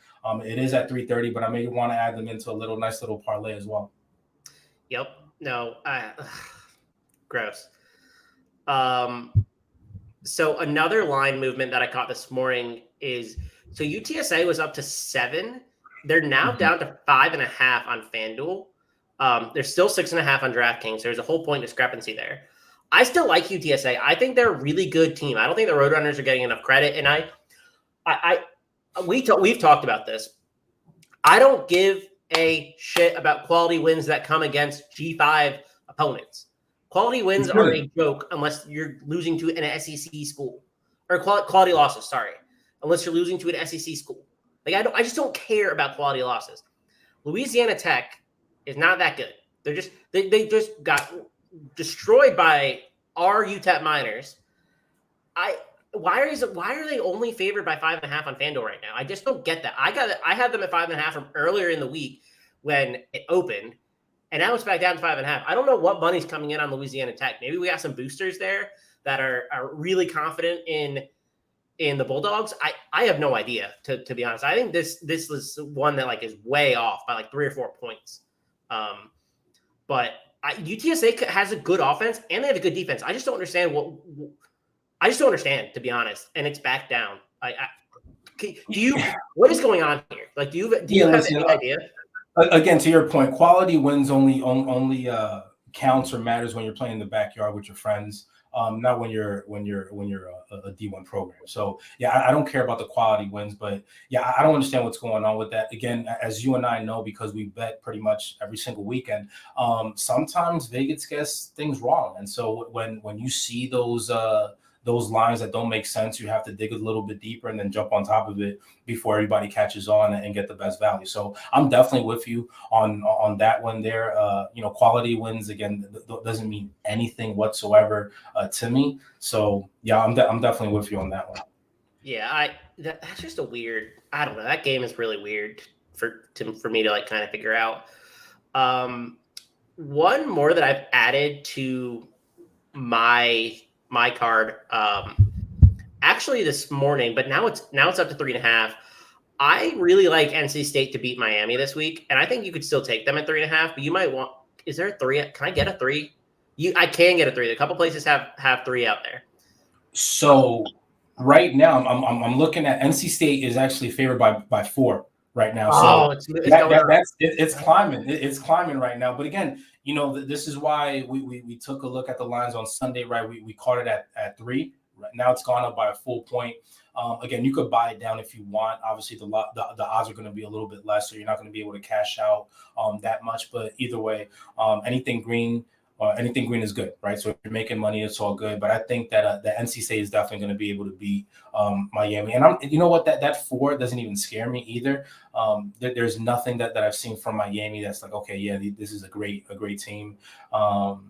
They might keep it close, but I love the over. Again, I caught the over at 53. Right now it's up to 54.5. Going up a full 1.5. But another game that I'm looking at, you guys did talk about in the first hour, is going to be USC at Notre Dame. Love this game. That game, okay, so that game right there, right? I was all over Notre Dame when they were at 6.5. Now this spread has gone up to 7.5 in Notre Dame's favor. You think it's too much? Too much. Yeah. I had them 6.5. If I didn't have a play on this game, I probably wouldn't take it. I'm a little worried that Jackson Dart is going to come in and look good because I don't trust Keaton Slovis. Right. I don't know if Dart is cleared yet, though, either. Like, there's rumors that he could play, but the last I saw that he was not cleared to play yet. And so what does that mean for USC? I'm not sure. I just don't think so I have a lot of plays in this game, to be honest. I have Notre Dame minus 6.5. I have USC under 25.5 team total. I have the game under 58.5. I think that's probably my favorite play. Come on, man. I just don't. So I got the over again. I got the over again on this game. Oh my man.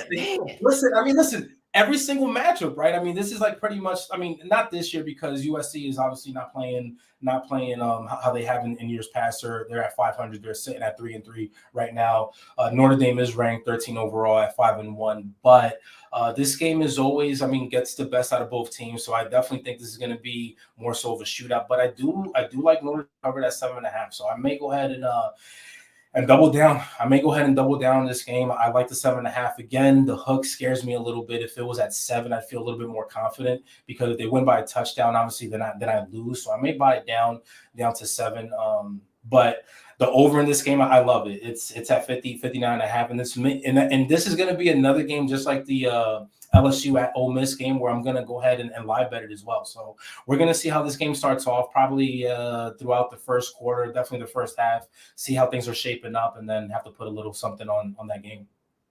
Man, I do not trust USC to score points. No. Do you think Notre Dame gets – so what is the path to hit the over? Because I'm interested to hear that because I don't see a path to – USC scoring more than 25, which is why I like the team total under. So what is how do we get there? So I could definitely see Notre Dame putting up 38 plus. Okay. 38 plus. They did it against Wisconsin. They scored 41 points again. This is going to be something where USC does turn the ball over. They make a lot of mistakes on the offensive side, and that's going to give Notre Dame a good field position and then opportunities for them to score. So, hopefully it's touchdowns as opposed to field goals when they get inside the red zone and when they flip that field position. But I like Notre Dame. And like I said, anything less than 60 is kind of like a good sexy pick for me. So I'm going to go with that before it goes any higher. Yeah. So I actually have an over, and I haven't added it yet because I'm still thinking about it, to be honest. But Kansas State, Texas Tech is 60.5 right now. And Texas Tech is a terrible defense. And Kansas State has a pretty bad defense against the run. And I think that Columbia can put up some points. I think he's pretty okay. I like Skylar Thompson. I love Skylar Thompson this week. I think he's going to smash.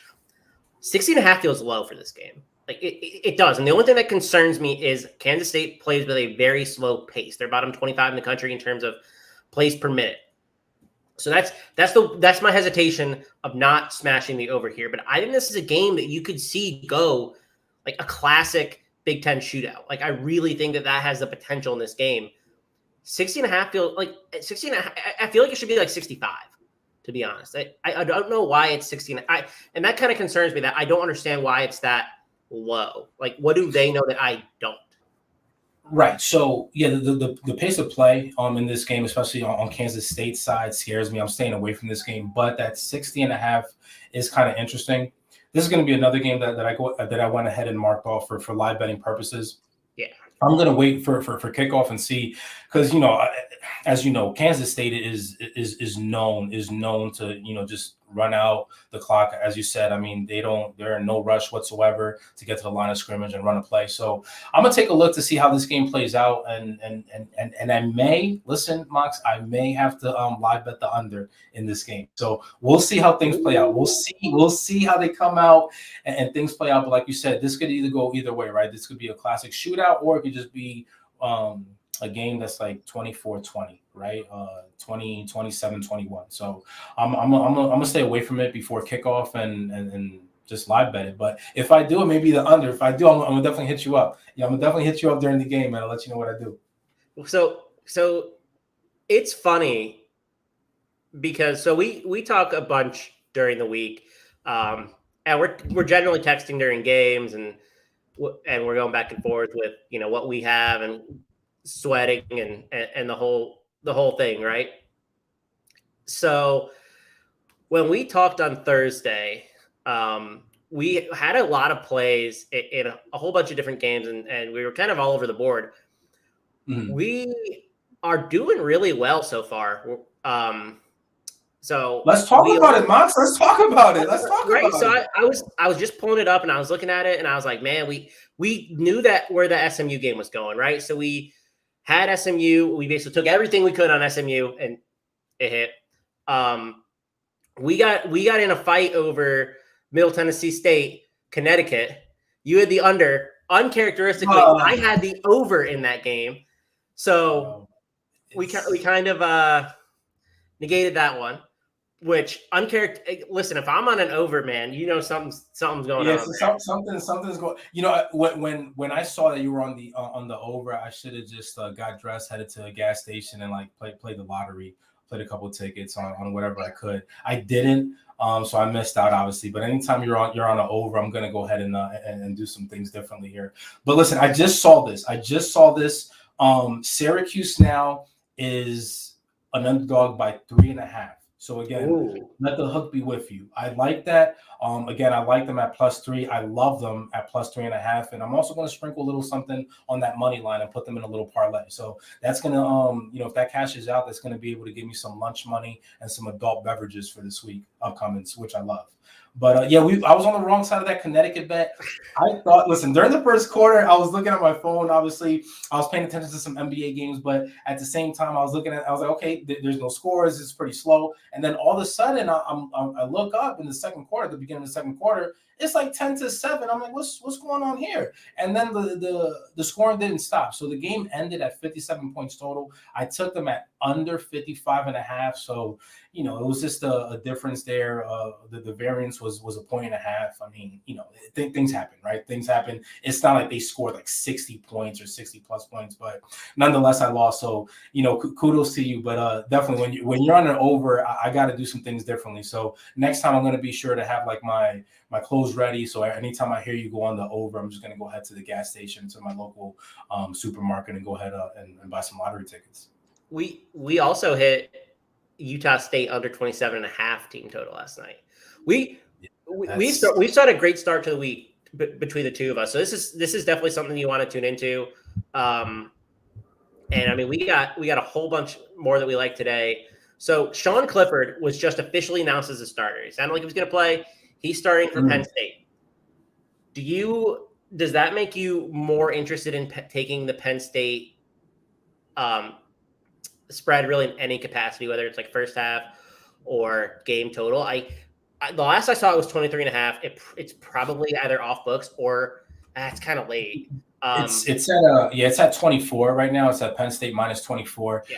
Again, there's nothing that I've seen from Illinois that's going to be like, they're going to be able to go ahead and cover or be able to do anything. I really doesn't matter who the quarterback is for Penn State. I'm rolling with Penn State. I may also look at what that spread is in the first half, because the -24 again, 13.5. backdoor.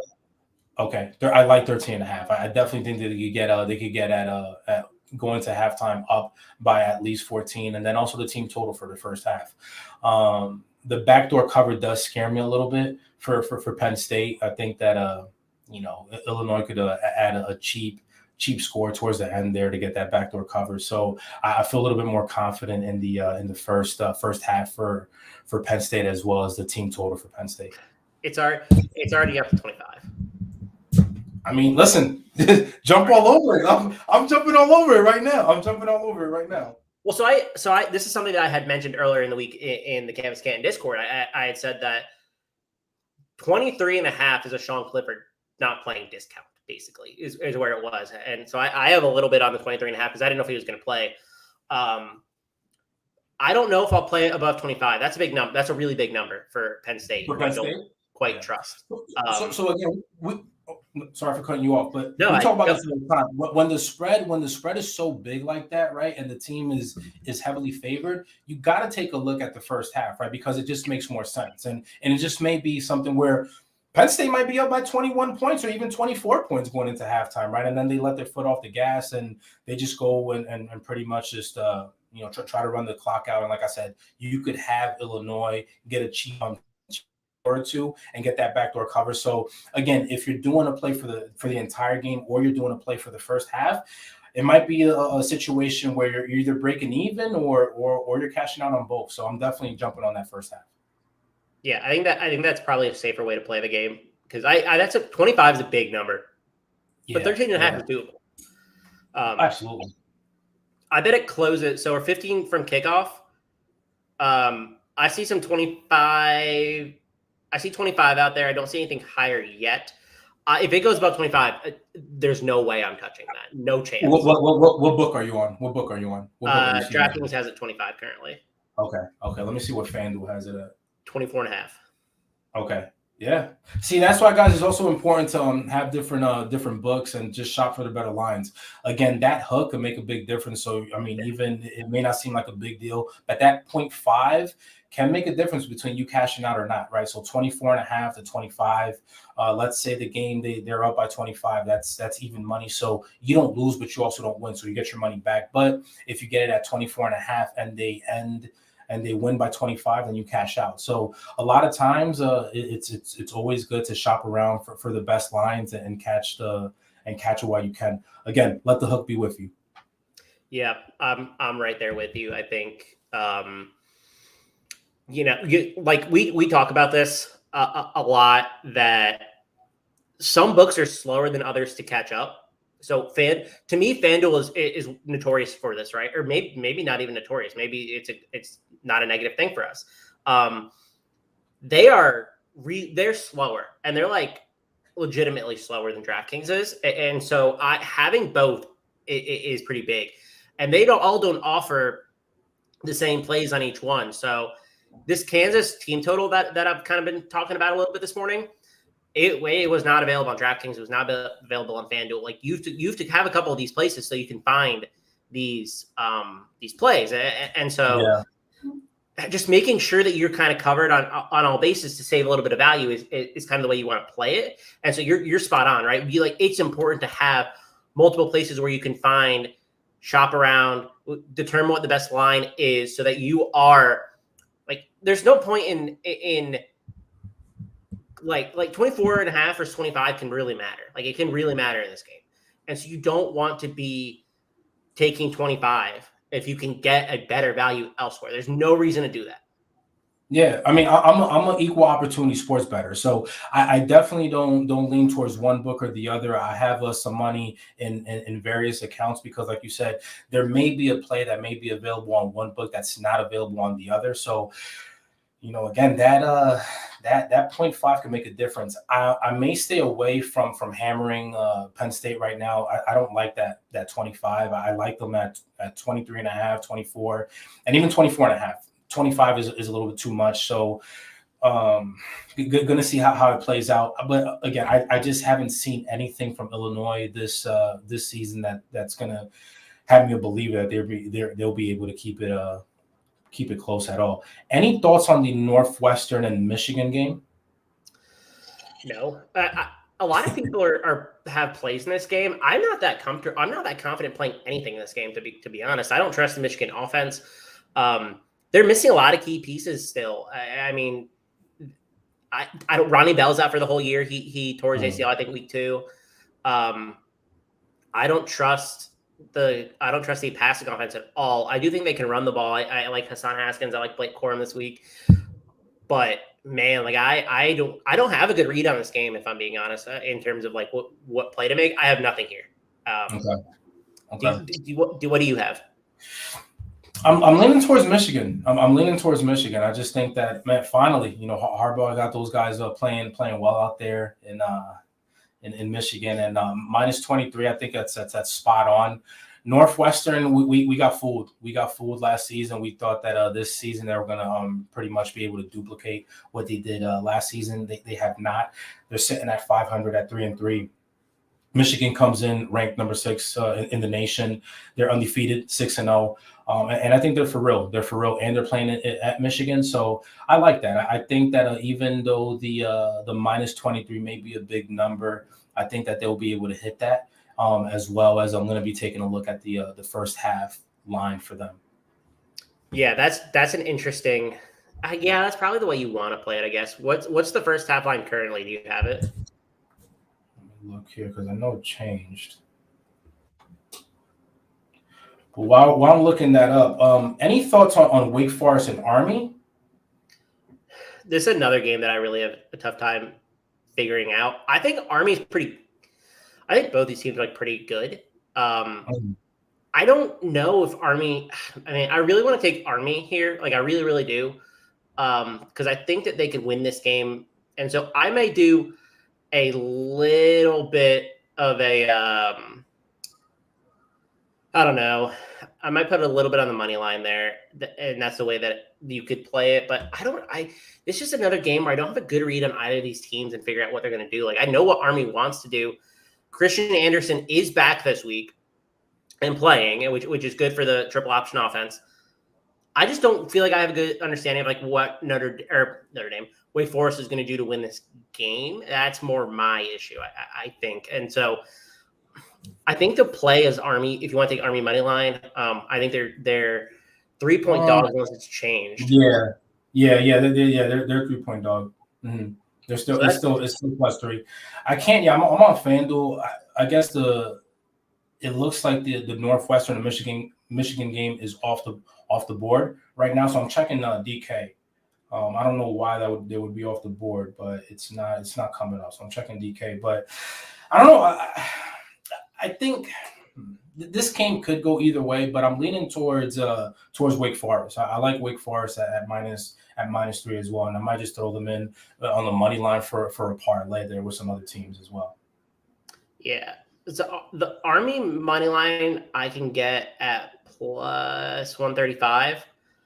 I get out actually 140 on Caesars, so it's only 126 on FanDuel. I don't hate the Army money line. I think they can win this game. Wisconsin was a really bad matchup for them, but they kept it close for a while. So I think it's interesting. I don't currently have a play, and I'm not sure I'm even going to play the money line. I probably won't, but I think you can. I think you can. And so that's the way to do it. More injury news. Art Sitkowski is starting for Illinois. So maybe this spread ends at like 30 before kickoff. Sitkowski's not very good if you don't know. So do we miss it at 25? Do we miss it at 25, Knox? Let me know what I need to do, because listen, I got my devices ready to go. It's just a matter of me clicking a button over here. So I'm not sure. So it legitimately could keep going up. Okay. With the Sitkowski news.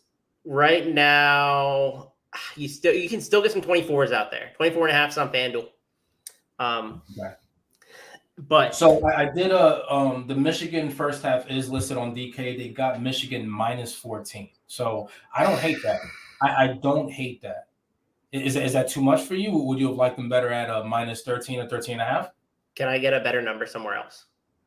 So I'm just wondering. I don't know. This is the only one. I mean, FanDuel, it's not even on the books at FanDuel. I'll go back and check, but it wasn't even listed there, and it's a 12 o'clock game, so it should be right at the top here. Dang, it was just 13.5 on FanDuel. I'm not on the book though, so I can't speak to it. Okay. So if you can get 13.5, yes.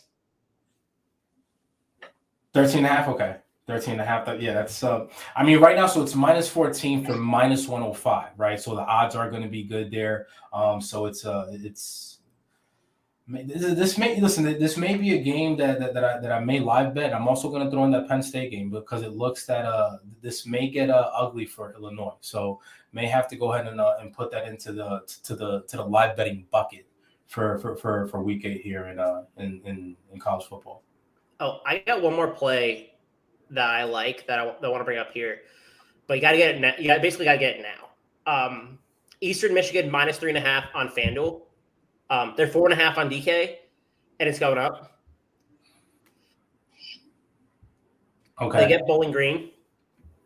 Well, I think Bowling Green is bad, even though they beat Minnesota. I think Eastern Michigan is much better. So 3.5. I know 3.5 is out there. I think that you can do something with that. And I bet Eastern Michigan a little bit this year. Actually, a lot. I feel like I'm betting them all the time. They've come through a couple times, but they're kind of a hard team to read. But I do know that they are better than Bowling Green. I can tell you that. Okay. So one last one for me as well before the game start here, and this game is actually a 4 o'clock game, so you have some time to bet on it. You don't have to do it right now. But Liberty at North Texas, I like actually Liberty -21, and then I like them at the first half -12.5. So I think Malik Willis is going to do his thing today against North Texas. North Texas is just horrible team. They're giving up 35 plus points a game. So it's just a bad defense there. Liberty doesn't give up as many points. They're actually ranked number 14th in the country, only giving up less than 17 points a game. So this game, I like Malik Willis to do some things and some points to be put up by Liberty. So Liberty -21 for the game, and then -12.5 in the first half. I like that. I'm just scared of Liberty a little bit, though. They lost to ULM last week. ULM is terrible, like really bad. Like they're like a bottom 10 team in the country. Yeah, but at the same like time, 31.5. I agree. But at the same time, when things like that happen, that's like a wake up call. It's like, okay, guys, hey, we can't lose. We can't play down to our competition, and we just can't be losing in that fashion. So I think that they come out this week motivated and pretty much take it out on North Texas out there in Texas. So yeah, man, I don't trust Malik Willis to. Oh, come on! Win games. You know, there's a lot of like. I don't trust him to win games. So there's like no gray area with Malik Willis. Either people love Malik Willis, me, or people just don't like Malik Willis, right? I don't dislike him. I just don't trust him. Not that you dislike him. I'm sorry, not that you dislike him, but like that you just kind of really. I honestly think that he's an NFL quarterback. I think so too. He's an NFL quarterback, and again, I just think that you're allowed one bad game, right? But these guys are definitely going bowling. They're 5-2 right now. I think that they go ahead and pretty much stamp their ticket to whichever bowl today. After that win against North Texas, but I like them. I like them at the -21 and definitely -12.5 in the first half. So I love that number. I may even go heavier on the first half as opposed to the game, but I don't see why they shouldn't beat North Texas by 21 points or more. Yeah, I mean, they should not. But they should not have lost outright as 31.5-point favorites to ULM. Any given Saturday, Mox, things happen all the time. You know, I definitely understand. Because I looked up and I was like, what's going on here? And I know we were talking about on the Discord. We were like, hey, like this is not how this game should be going. So I think that they make up for it this week. I mean, listen, they were up 14. They went up 14-0 at halftime. Right, they went up 14-0 at halftime, and then ULM put up 28 points in the third quarter, and another 3 points in the fourth, and Liberty only came out and put up 14 points in the second half to lose 28-31. So again, I love that first half number, and I just don't think that's going to carry over to this game where they let North Texas come in and leave a window or a little window of opportunity for North Texas to win this game. I'm rooting for you. I can't do it myself, but I'm rooting for you. Yeah. So we're at kickoff. Lineup locks, DFS locks. Let's do it today, man. I feel good. We've been hot. We've done really well. So let's keep at it. And any game you want to live bet, that I think this is a good week for it, man. I think this is a great week. So you may not get pregame action, you can still get action on the game. Excellent. Look for those, guys. Look for those. Cool. Anything else? Nah, just that's it. Good luck, everyone. Hopefully you guys are winners at the end of this Saturday in Week 8 in college football, and just stay tuned for more stuff from C2C. Yep. All right. Take care, y'all.